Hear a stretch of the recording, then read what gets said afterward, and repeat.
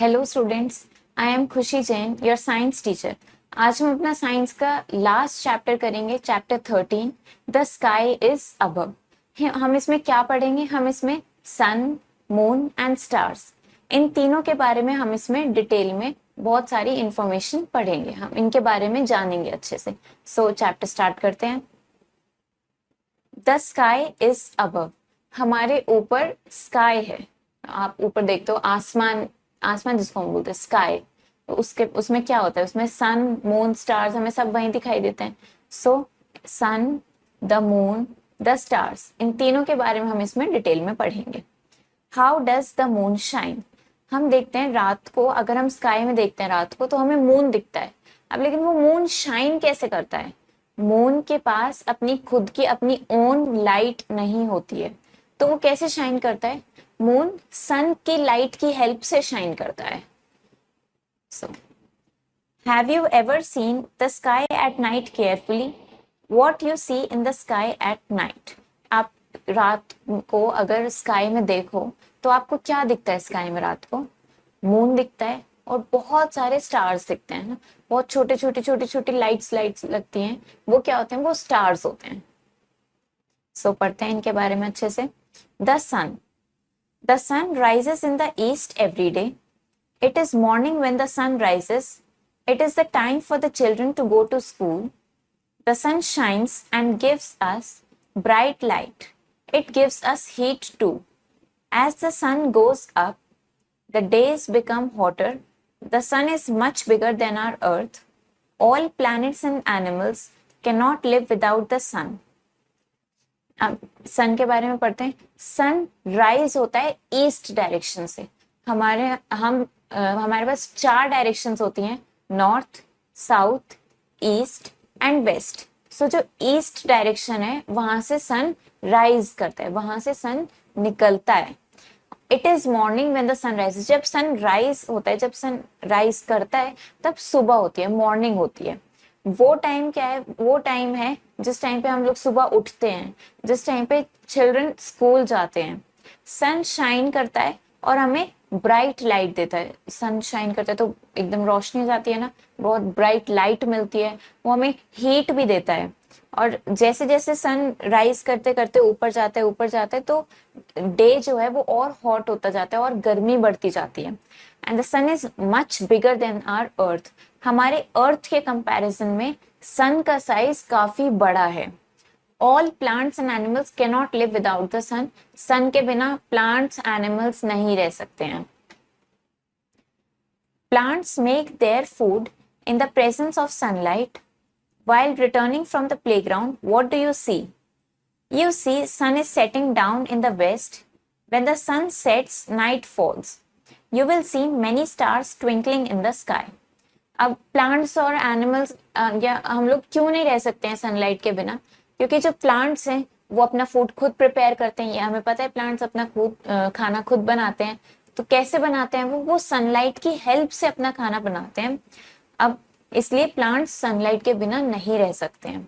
जब आप शाम को प्लेग्राउंड से, आप पार्क से, गार्डन से आप खेल के वापस अपने घर आते हो तो आप क्या देखते हो? आप उस टाइम पे देखते हो कि जो सन है वो सेट हो रहा होता है। वो जो राइज सुबह हुआ था अब वो सेट हो रहा है। कहाँ होता है? वो वेस्ट डायरेक्शन में सेट होता है। और जैसे जैसे सन सेट होता जाता है तभी तभी नाइट शुरू होती है, मतलब कि दिन ढलने लगता है और रात होने लगती है। और आप क्या देखोगे कि रात को स्काई में बहुत सारे स्टार्स ट्विंकल करने लगते हैं। अब मून के बारे में पढ़ते हैं। The moon is like a big shining ball. It gives us soft light at night. Moon is smaller than the earth. The moon changes its shape every night. Moon क्या है? बेसिकली मून एक बहुत बड़ी shining ball है। जैसे हम लोग ball से खेलते हैं, हम तो छोटी बॉल से खेलते हैं, या इतनी बड़ी बॉल होगी जिससे हम खेल लेंगे तो। लेकिन जो मून होता है वो बहुत बड़ा होता है, बहुत बड़ी बॉल है एक तरीके से, और वो शाइनिंग बॉल है। वो हमें लाइट देती है रात को। लेकिन मून बड़ी है पर फिर भी अर्थ के कंपैरिजन में मून का साइज छोटा है। मतलब मून से भी ज्यादा बड़ी अर्थ है और अर्थ से भी ज्यादा बड़ा सन है। मून अपनी शेप एवरी नाइट चेंज करता है। Sometimes you cannot see the moon at night. It is a dark night. When the moon appears like a bright shining ball, it is full moon. The moon is far away from the earth. अब क्या होता है, कभी कभी किसी किसी दिन क्या होता है कि आपको स्काई में मून दिखता ही नहीं है. तो ऐसा क्यों होता है? जब स्काई में मून दिखता ही नहीं है, वो होती है डार्क नाइट. और जब मून एकदम बहुत ज्यादा ब्राइट शाइन अपीयर हो रहा है, बिल्कुल बॉल की शेप में, बिल्कुल पूरा मून दिख रहा है, उसको हम बोलते हैं फुल मून. मून अर्थ से बहुत दूर है. नेक्स्ट हम पढ़ते हैं स्टार्स के बारे में. We see a lot of stars in the night sky. Stars are far away from us. Some stars are very large, some are small. Stars also shine on dark nights. हम sky में देखते हैं रात को तो बहुत सारे stars दिखते हैं हमें, और लेकिन ये स्टार्स हमसे काफी दूर हैं, बहुत दूर हैं ये स्टार्स हमसे, और ये बहुत बड़े होते हैं. तो कुछ तो बहुत बड़े होते हैं और कुछ छोटे भी होते हैं. और ये डार्क नाइट पे मून नहीं दिखता, लेकिन स्टार्स शाइन करते हैं डार्क नाइट पे भी. सो इसके कुछ क्वेश्चंस ट्राई करते हैं. We see the sun, the moon and stars in the. हमें कहाँ दिखते हैं सन, मून और स्टार्स? हमें ये स्काई में दिखते हैं. The dash shines during the day. Day में क्या शाइन करता है? डे में सन शाइन करता है. The dash shine at night. Night में क्या शाइन करता है? नाइट में स्टार्स शाइन करते हैं. The dash can be seen in different shapes. अब ऐसी कौन सी चीज है जो अलग अलग शेप्स में दिखती है? सो मून है जो हम अलग अलग शेप्स में देखते हैं. Stars dash at night. Stars रात को क्या करते हैं? स्टार्स रात को शाइन करते हैं, ट्विंकल करते हैं. ओके, सो इसको सम करते हैं. The sun rises in the east every day. The moon is like a big shining ball. Stars are far away from us. Stars also shine on dark nights.